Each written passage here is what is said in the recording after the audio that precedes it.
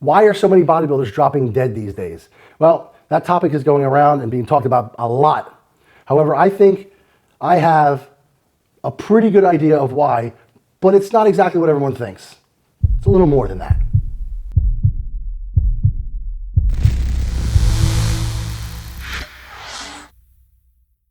There's no doubt that bodybuilders are dropping like flies.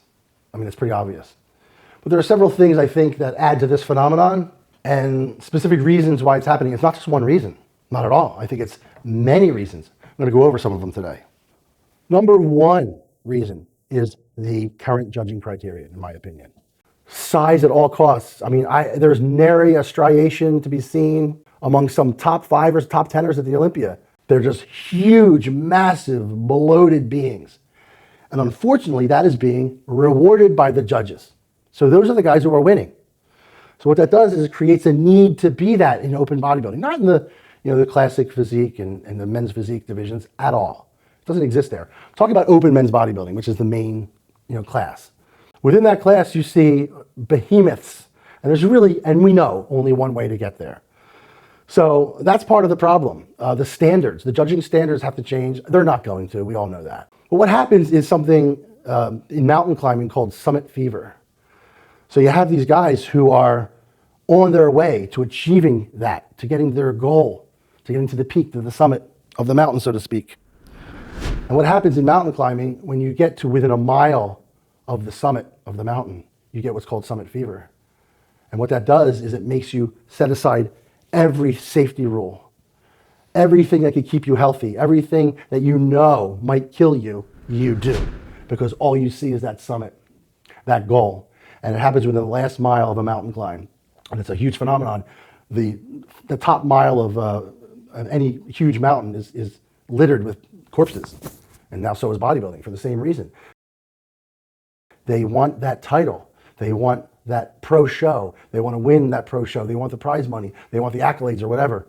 And what goes along with that is all the unhealthy things they need to do. And they completely put common sense aside and they just bombard themselves with whatever they need to do to get to that point. That's a huge problem, and that's causing a lot of the deaths because we know that your body can only withstand so much. Even just walking around at that size, at that weight, is a huge stress to the body, regardless of what you got to put in your body to get there. Not just the drugs, but the eating, everything associated with it. Another factor is the drugs, not in the way that you're thinking. Back in the 80s and 90s, people did drugs. They were real. They were pharmaceutical grade, and there were certain risks associated with that. Now you have drugs where the people making them are not getting quality powders. They're not sure that the Primo powder is Primo, or the Equipoise is Equipoise, or the Tren is Tren. They don't know. It could all be tested. It could all be junk. It could all be inert. They don't know. And they're making this stuff in their bathtubs. We all know this. Not that every pro doesn't have access to some pharmaceutical grade stuff. Sometimes they do. But a lot of people are still using this underground stuff. And with that, we have now two risks. The risk of taking anabolic steroids, which we know what they are, plus the risk of the gunk and this crap and the shit and the toxins that are in it too. So now you have them using more than they ever have. You have them using dirty shit, along with the side effects of just using gear in general. All compounded in a system that's walking around at 300 pounds. That's another reason I feel that they're dropping dead. There's a double whammy effect with the gear. Another reason it may feel like more bodybuilders are dropping dead now is from social media. Bodybuilders dropped dead all the time back in the 80s. Trust me, I was bodybuilding back then. They died all the time for various reasons. It wasn't as much gear related back then, but they would drop dead, but you wouldn't know about it unless the magazines wrote about it, or you saw it on TV, which you just wouldn't. Now, you know in real time every time someone drops dead. So it seems like a lot more are. I'm not saying more aren't, but bodybuilding is also a lot bigger now too. Back in the 80s and 90s, bodybuilding was a cult sport. There were very few of us. So of course there were less deaths. Now it's so mainstream. Everyone's doing it. There are so many more bodybuilders. So of course there's going to be so many more deaths. It's just a mathematical certainty. Bodybuilders are pushing the envelope to an older age now. Back in the 80s, 90s, 70s, 35 was considered masters. They were old. Now 35 is just getting started. So you see guys pushing the envelope with their gear use into their 40s and 50s, and it's just catching up with them. So that's a huge part of it as well. longer careers, older guys doing it, and dirty gear, and more gear, and older people, and more people. It's a huge multifaceted thing. It's like any other extreme sport. And anything people do, anything human beings do, anything, any activity that they do, they can die doing. It's a fact that in the history of humankind, there have been 6 people who have died playing hide and seek. That's a fact. Underwater caves are littered with scuba divers who are dead and entombed in there doing what they just wanted to do. And guess what? The deepest dive was 1,020 feet at one point.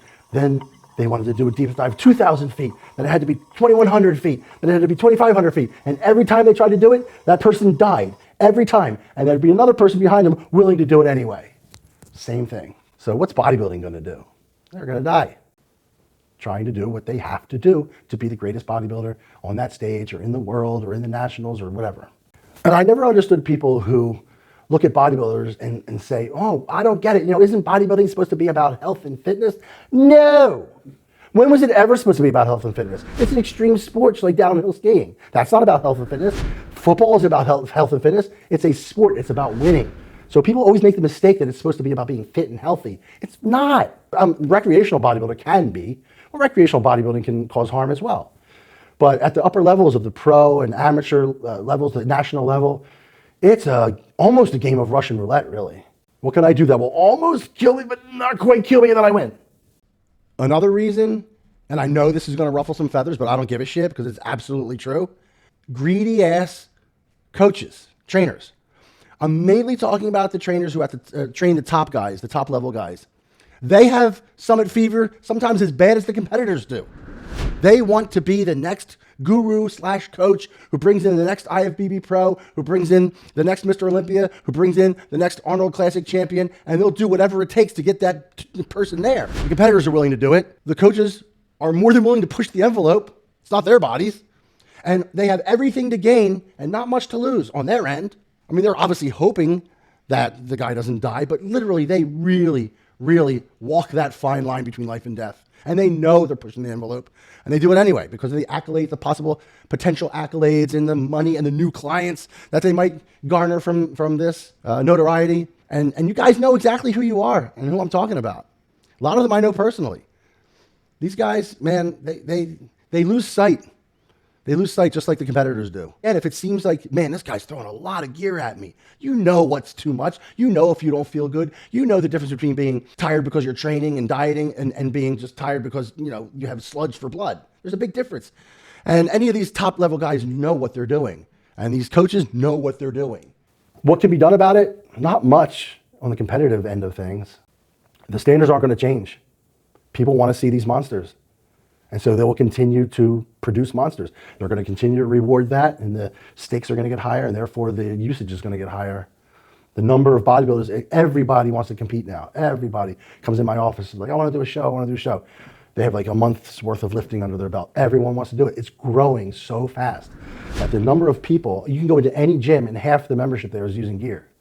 It's ridiculous. Back in the 80s, 90s, if you did that, you were like a secret brotherhood that no one knew about. You were like a Superman among humans. And it was just not talked about. It was so closeted back then. Now, everyone's discussing their cycles. And they want to know what drugs you do before they ask you what foods you eat or how you train. And again, the numbers are growing. Whenever the numbers grow, you're going to see everything grow. What are the 4 things a young bodybuilder should do to bodybuild safely? Not do it. As safely as possible, based on all the things we just talked about. See, the problem with that is if you want to compete in open men's bodybuilding, you have to do what they're doing. There's no real way around it. As far as a solution, I just don't see one. The criteria is not going to change in the open men's bodybuilding. They're going to keep growing. And like I've heard many say, nothing's going to change until and unless a bodybuilder actually goes ahead and dies on stage, which God forbid, I don't want to see that happen. But I do think that day is coming.